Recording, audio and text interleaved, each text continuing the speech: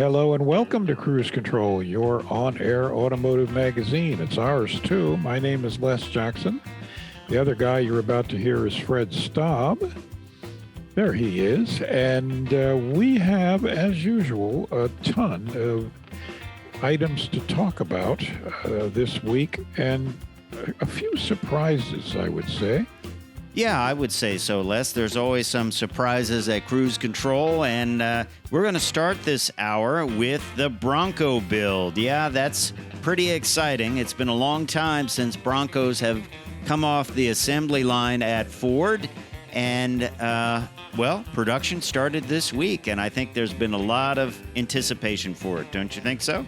A huge amount of anticipation. By the way, the last Bronco that came off the assembly line still had a carburetor. Wow. Think about that. Probably, a 302 in there, I would imagine, too. Yeah.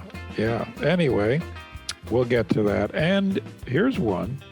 Why are some electric vehicle owners switching back to fossil fuel? It is an interesting article. We'll talk about that.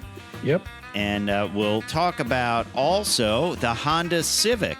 The Honda Civic, well, the next generation is out at dealer showrooms. We'll have pricing and details. Great little vehicle.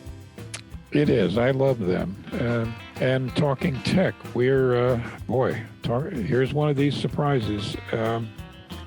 Are drum brakes making a comeback? Well, yes, they are. Now, why is that the case? Well, we'll tell you. Hey, you didn't use my line that I put in there. Not fade away. Get it? Well, I know. I apologize for that. I should have said that. But because, yes, now we're sort of implying that they won't fade. Well, we'll talk about that, and we'll get into that. Also, I'm going to have an at-the-wheel review. If you may have been wondering, could a large crossover, three-row crossover, could that vehicle get 38 miles to the gallon on the highway? Well, yes, it can. We'll have an at-the-wheel review of the Toyota Highlander Hybrid when we get rolling on Cruise Control. And Toyota never disappoints when it comes to hybrids.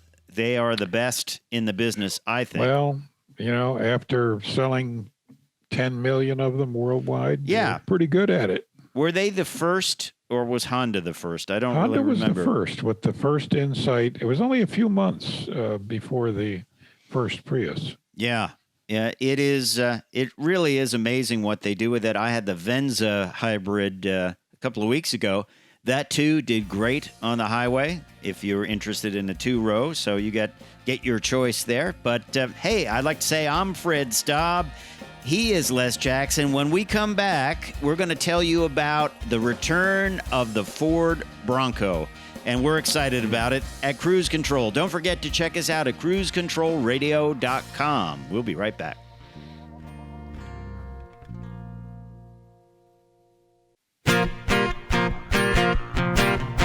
Cruise Control. And welcome back to Cruise Control, your on-air automotive magazine. I'm Fred Staub. He is Les Jackson.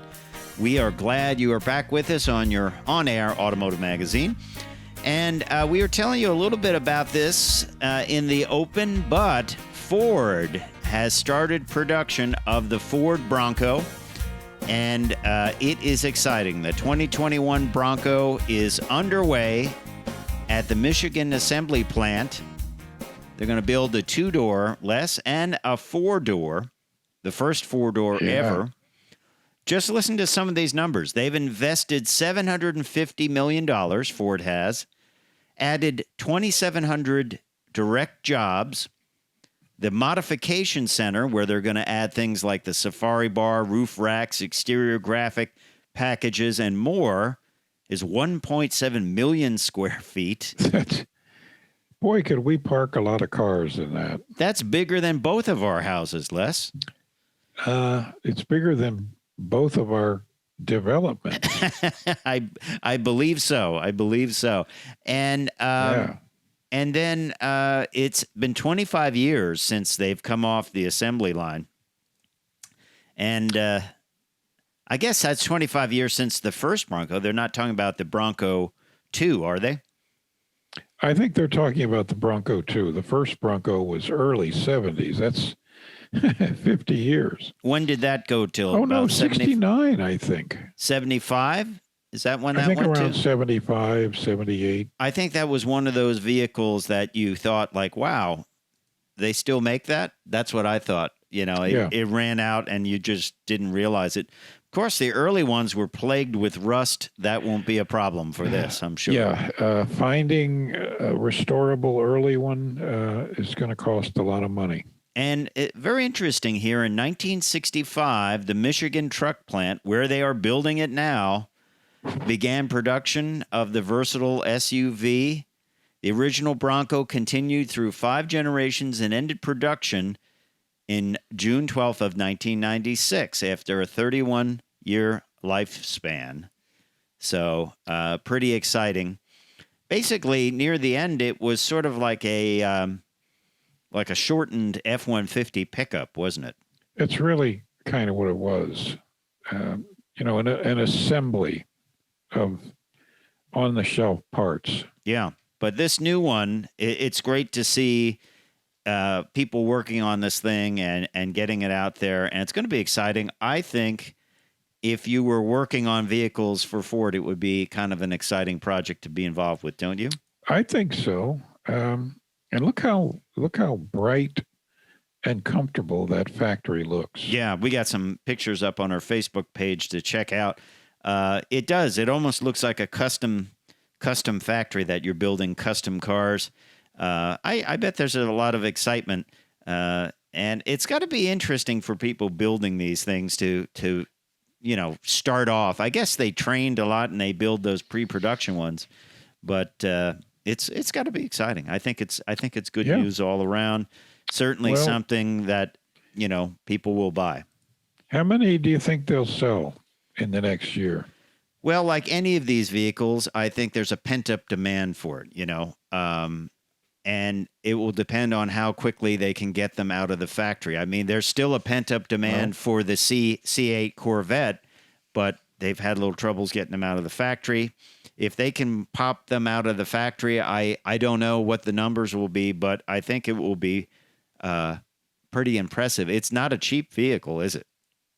It's not cheap, and they can make about 1,000 a day. Think about that, 1,000 a day. 1,000 a day. Think about 1,000 cars. Like if you go to a stadium or something, and you think about parking all those cars. Think about building that all day long.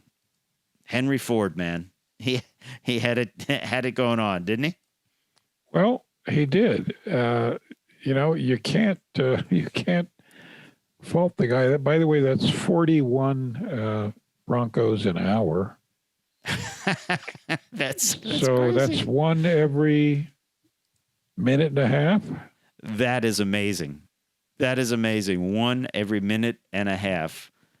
I think about the F-150 where they go at that rate. And Elon Musk kind of gave Ford a hard time, and the head of the Ford factory said, "You want to see how to build cars? Check out F-150s. One comes off the line. I don't know. It was every 65 seconds or something like that. Less than that. I mean, it was. And the body panels fit right. Everything fits. The paint's good. By the way, I was behind a Model X the other day, and I was driving behind it, squared up.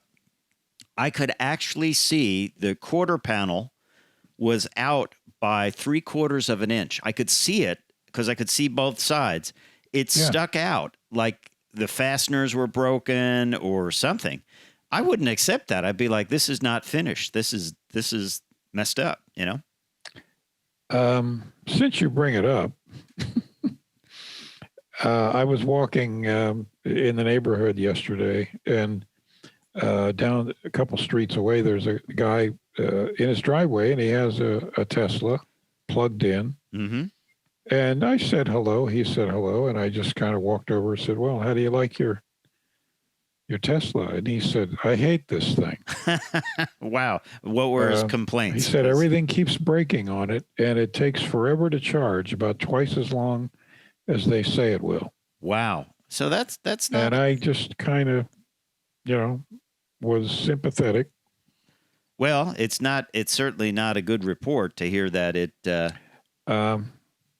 No, I would be upset. Yeah, I would be upset too. So, well, there you have it. All right. Well, you're listening to Cruise Control, your on-air automotive magazine.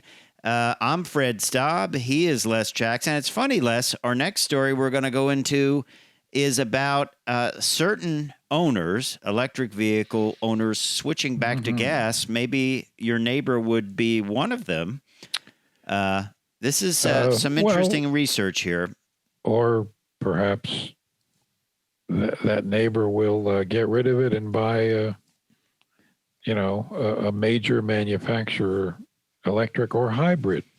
Yeah, exactly. Exactly. Well, here's an interesting report. It was an article in Business Insider, and roughly 20% of electric vehicle owners in California replaced their cars with gas ones.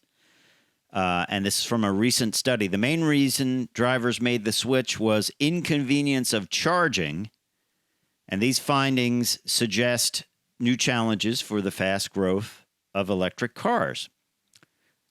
Interesting study for sure, isn't it? And this was a new study published in the journal Nature Energy by the University of California Davis researchers Scott Hardman and Gil Ty that surveyed Californians who purchased an electric vehicle between 2012 and 2018. Now, certainly the charging situation has gotten better, but still, some are not happy about the fact that there's very few high-speed chargers around. Well, but it's beyond that. It's also because so many who buy these only have 120 volt outlets. Now, it's probably a 20 amp, but that's it. They don't have a 240 unless they have a dryer in the garage. So it takes, their big complaint, it takes all night to get 35 or 40 miles worth of driving. That's not good enough. If you're going to buy one, you really need to have 240 volts handy. Well, it's interesting. On our second hour, we're going to talk about this. A lot of manufacturers are really thinking about hydrogen power, whether to power internal combustion engine vehicles directly or to use it as a fuel cell. They still say you can make the vehicle lighter. If it is a fuel cell, it would have batteries on board and all that, but it is, once again, that quick fill-up of 3.5 minutes would still be a plus for ownership. It would be better than all electric. And I don't know. What do you think? I think that it could easily happen. I'd be happy to use hydrogen. Yeah, I also think it might be the future for classic cars, too, that they could be converted to burn hydrogen. I agree. And I always said they will make a gas tank that looks like the original gas tank, and it will be like a hidden hydrogen system. Plus, there might be new ways of storing hydrogen. We've talked about that, where it might be more of a solid form. You might not need the tank. We don't know. I think it's certainly something that should be investigated. We've had people on talking about fuel cells, how it's great for trucks. They can fill up quickly, and have a tank on board. So I think we'll see more of that. But that would kind of alleviate the problem that was mentioned in this study. And then also, we've seen that vehicles are being able to get 85% charge, some of them coming out now in 15 to 20 minutes. That's still not 3 minutes, but it is better than an overnight charge, right?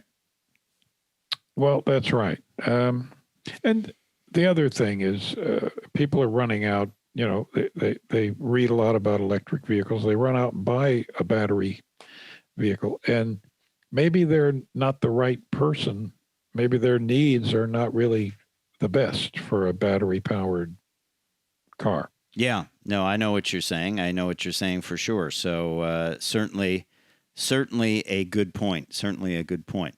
Hey, you're listening to Cruise Control, your on-air automotive magazine. I'm Fred Staub. He's Les Jackson. We're taking you on a ride around the automotive industry. Don't forget to check us out at cruisecontrolradio.com, where you can like us on Facebook, follow us on Twitter.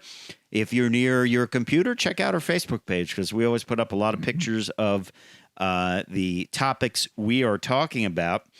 And one of the topics we're talking about is the Honda Civic. It is the latest and greatest version of this, completely new, and it hit dealers this week.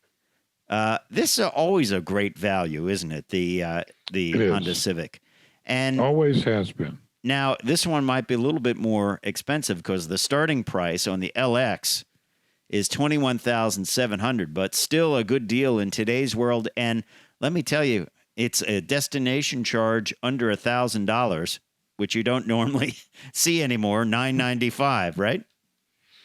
Well, something, I don't know. Something has to be done about that. I don't know what.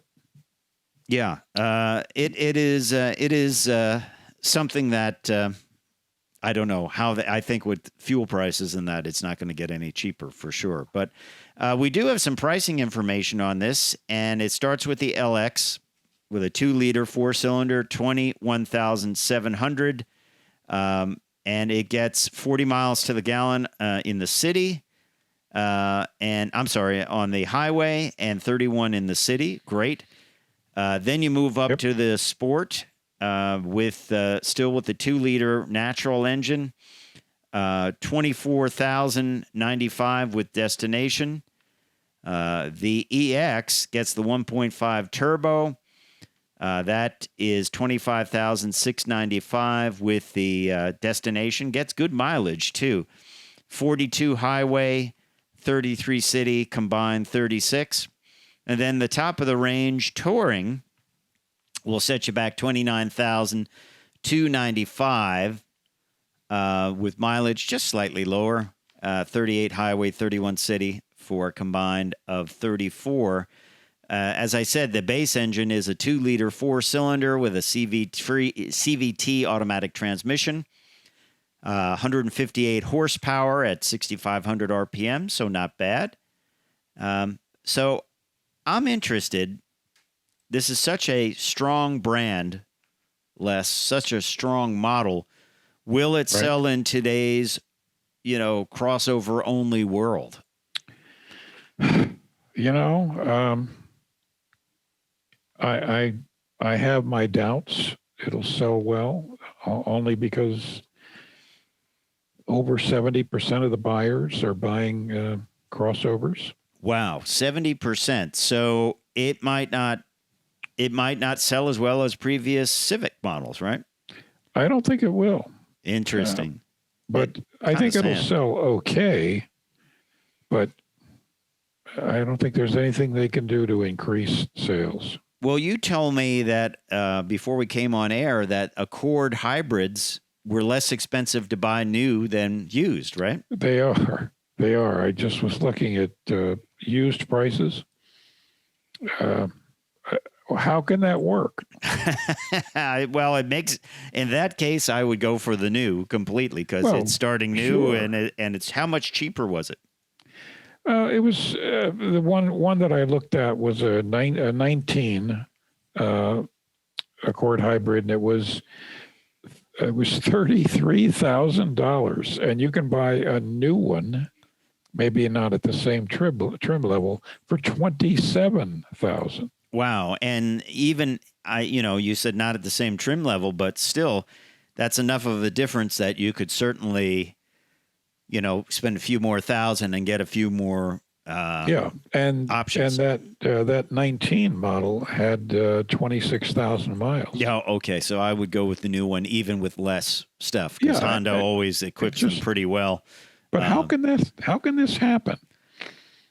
I don't know. I don't either. It certainly is strange. But it certainly pays for you. I'll plug the show here. It is certainly worth it to listen to Cruise Control so you learn things like that, because why buy a car with 26,000 miles on it when you can buy something with 5 miles on it, right? And the latest and greatest. Cheaper. Yeah. With a full warranty. See, it's never that clear, is it, to say, I'll just buy a used or whatever. It's just it's such a strange market in a sense that it's kind of the apple cart's been upset, right? Yeah, we're in the midst, actually, we're in the beginning of the post-pandemic baby boom, if you will, of purchasing. Yeah. And it's going to take probably a year to sort this out. But meanwhile, it's just, it's the old West out there. Yeah, it certainly is. And you also have the chip shortage playing into that, too. We're going to talk a little bit about how this could also hasten the demise of the sedan, because if you have a limited amount of chips, where are they going to go? They're going to go to the high-profit crossovers and SUVs and pickup trucks, and not to the nice but poorly selling sedan. Very true. Yeah. Again, we've been saying now for several weeks, if you're planning to buy a car right now, don't. Wait. Hold off. Just wait. Wait as long as you can. Yeah, till it sorts out. And if you have a pickup truck or SUV that you no longer need, I would say now is the time to try and sell it, because you will probably get a pretty good price for it, and then you can get back into something else when the market comes down, if you have an extra vehicle. So. Yep. Hey, you're listening to Cruise Control. I'm Fred Staub. He is Les Jackson. We're glad you're along for the ride. Coming up after the break, we are going to talk about the return of drum brakes. I love drum brakes. I always have. I'm not saying they're better, because they're not, but I've always been comfortable with them. Well, they're going to make a comeback. We'll tell you why. We'll also talk about some new pricing from Subaru and what Dodge is planning for muscle vehicles, a little bit different. So stay tuned to Cruise Control, your on-air automotive magazine. We'll be right back.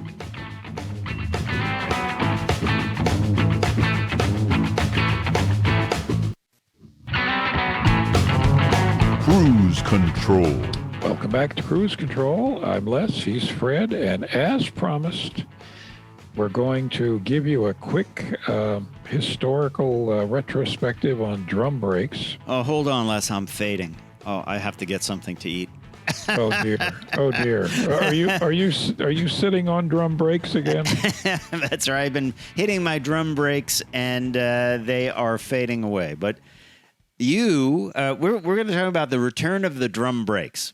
But you said you love drum brakes, huh? I have always really liked drum brakes. I like just the image of them sitting inside this machined circular drum. I like the shoes, the forward and rear shoes, the big return springs. It's just so mechanical, and it works so consistently. Not saying well, I'm saying consistently. All right. Because high-speed braking with drum brakes, if you do it once or twice, they'll fade. They get too hot.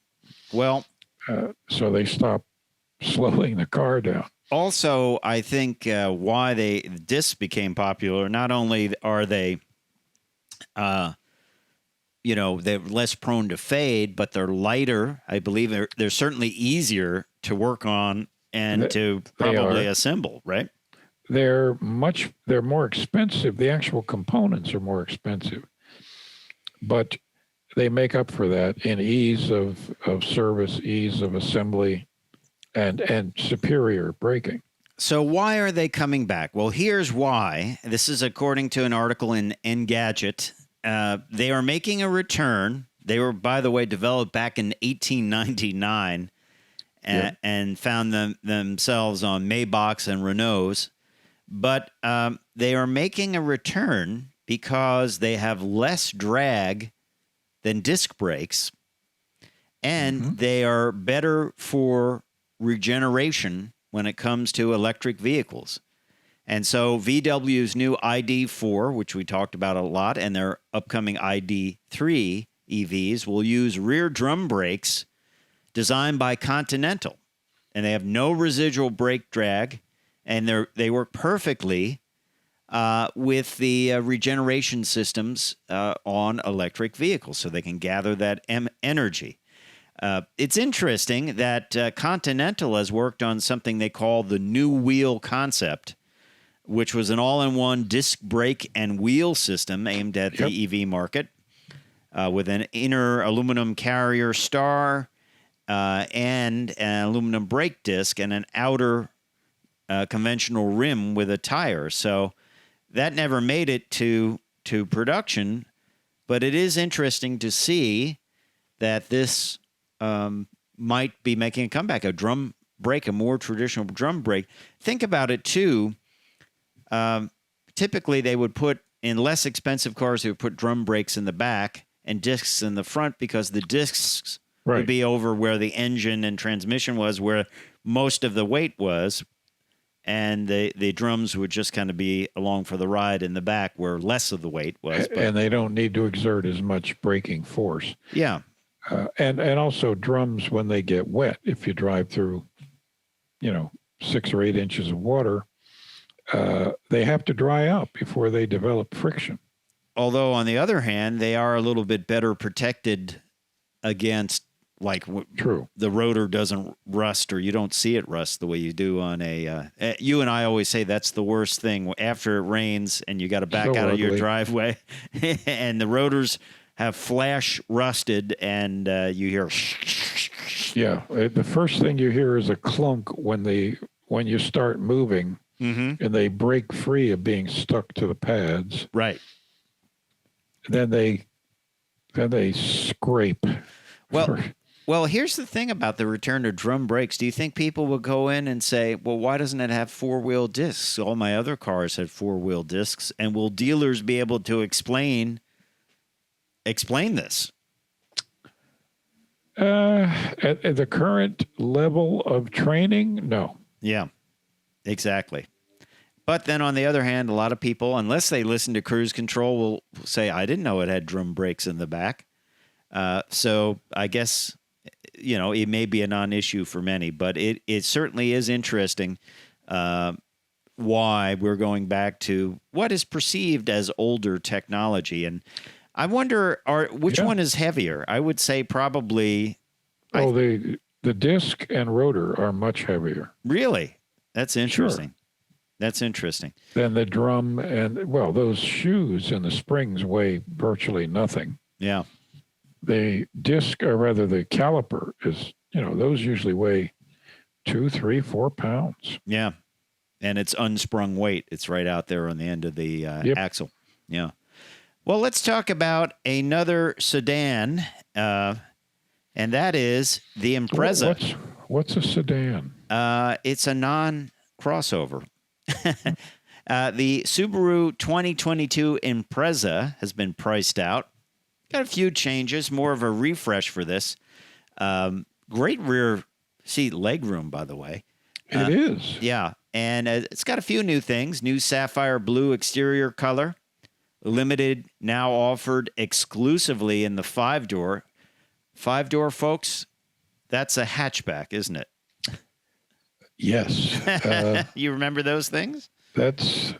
I still think they make a lot of sense. And it's all-wheel drive, of course. They are all-wheel, virtually all, except for one model of Subarus, is all-wheel drive. So you do get that. It is a nice little sporty hatchback. The premium model is priced at $22,195 for the sedan, $22,695 for the 5-door. Includes a Lineartronic CVT and adds a 7-speed manual mode function with steering wheel paddle shifters. The Sport is available in sedan and 5-door models. And Sport tuned suspension, 18-inch machine finish wheels. It comes standard with a 5-speed manual, Les Jackson. $22,995. Wow. And you can, of course, get a CVT. You can get all kinds of good things like a Harman Kardon amplifier and speakers, power moonroof, blind spot detection. And then the Limited is exclusively in the 5-door configuration, priced from $26,395, and includes things like LED headlights, daylight LED daytime running lights, and 17-inch machine finish alloy wheels. And they call it a thoughtful use of exterior chrome. What would be an unthoughtful use, like having chrome strips run across your windshield? I guess that would be unthoughtful. I guess now that would be a great car to lease. Oh, that's interesting. Why do you say that? Well, it's an inexpensive car to start with, and that I would guess. I'd like to research it real quick, but I can't. I would guess that you could lease one of these, probably the premium, for less than $200 a month. Wow. And it is all-wheel drive, and it does have some of the capabilities in the 5-door of a crossover, so it is certainly a crossover alternative, right? Very much, yeah. Yeah. That is the Subaru Impreza, and the pricing, once again, they're all-wheel drive, and that's pretty cool. Let's go over to Dodge. Now, of course, Dodge has made its bones on being the Hemi brand, Hemis, Hellcats, and beyond. But according to the Detroit Bureau, one of the EVs currently being worked up now for Dodge will be the fastest Dodge ever, even beating out the Demon, Challenger Demon. I think they're going to go for like 1,500 horsepower or something like that, electric horsepower. Or 1,500 pound-feet of torque. Yeah.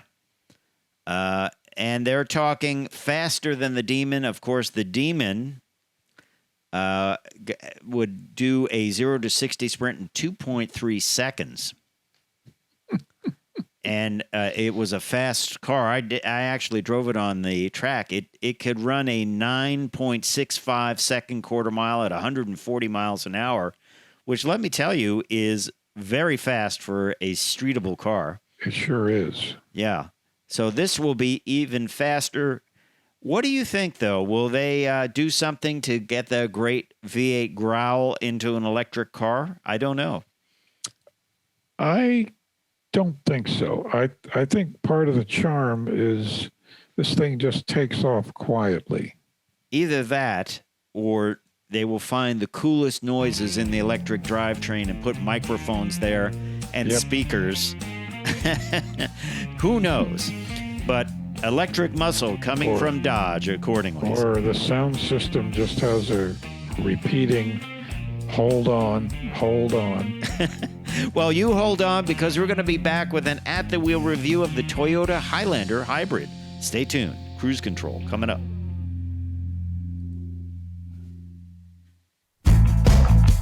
Cruise Control. And welcome back to Cruise Control. I'm Fred Staub. He is Les Jackson. It is at the wheel time. Les Jackson, we'd love to review vehicles and talk about them and drive them in the wild. And this time around, it is the 2021 Toyota Highlander Hybrid.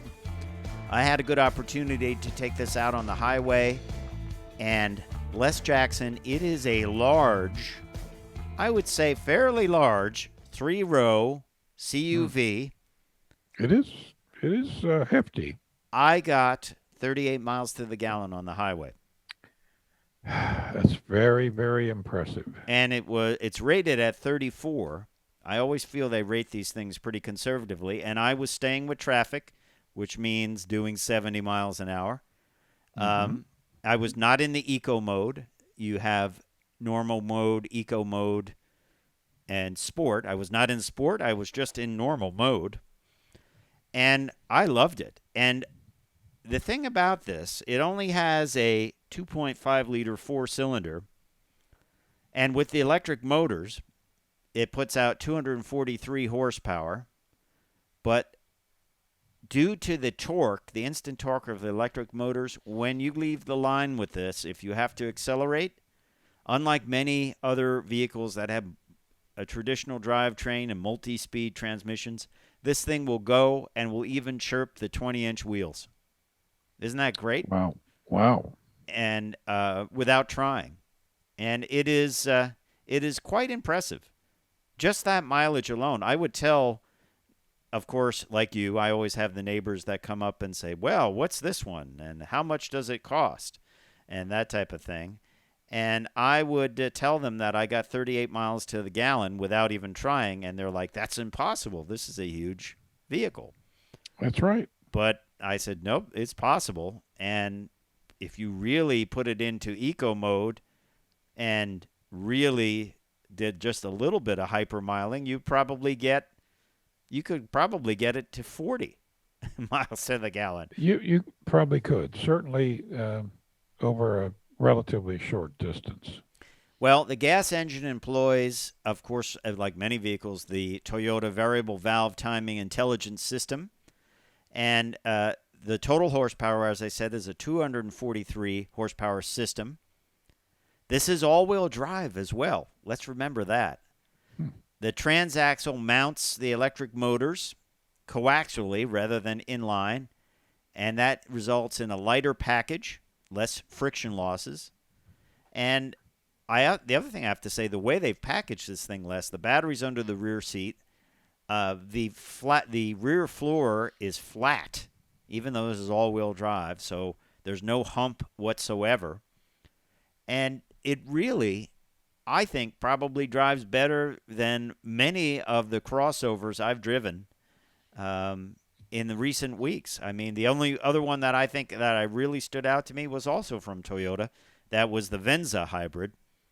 But, it's sort of like have your cake and eat it too. On the inside, they had what they call, what was it?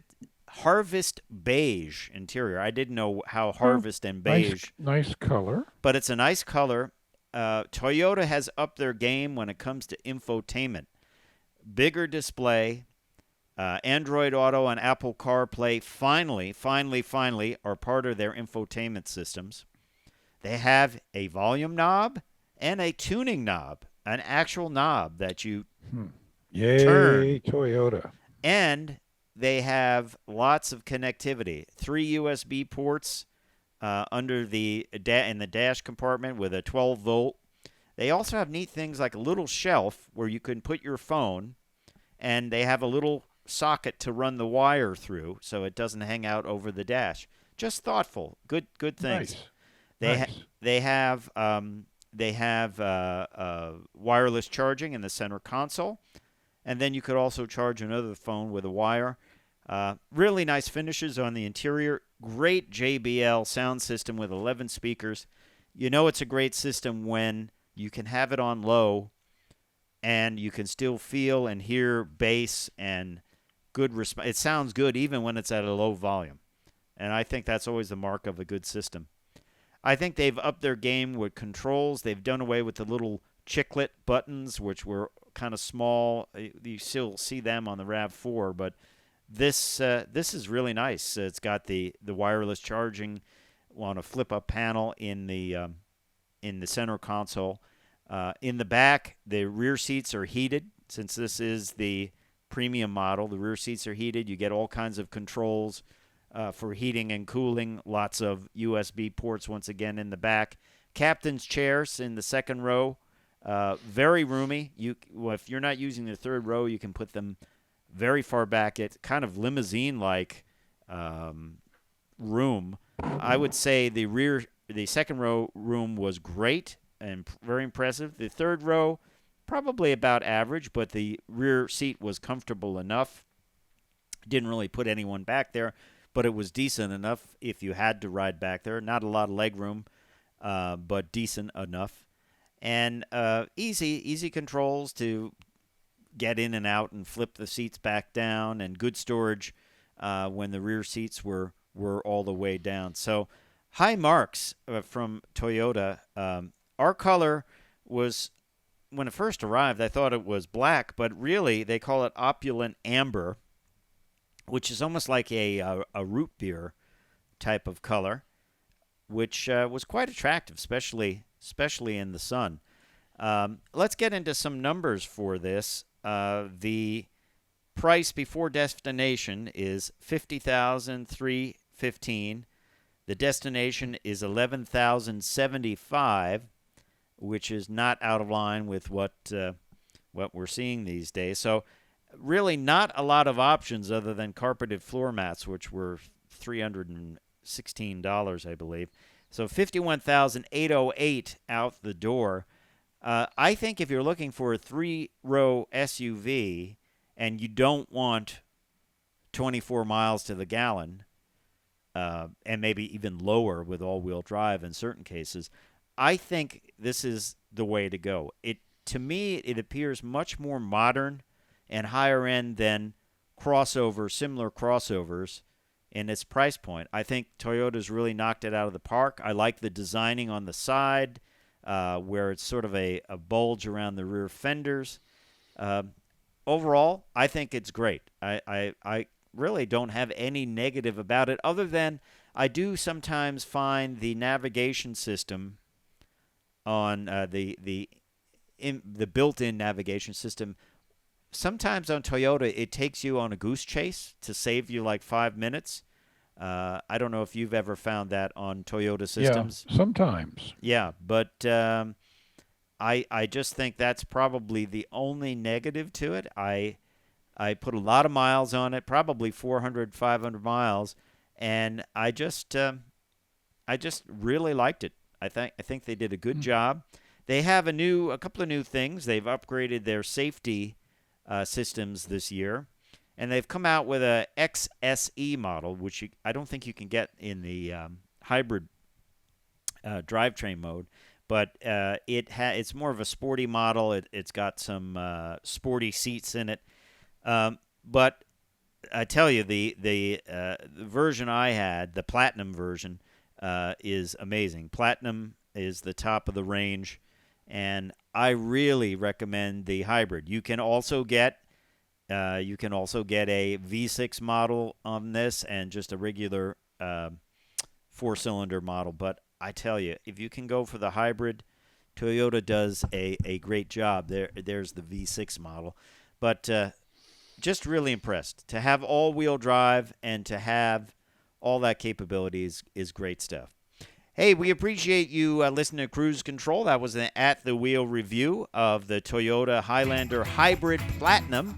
And don't forget to check us out at cruisecontrolradio.com for more information, reviews, and things like that. Information about the podcast and more. Time for me to say I'm Fred Staub. I'm Les Jackson. We are going to see you down the road. Bye.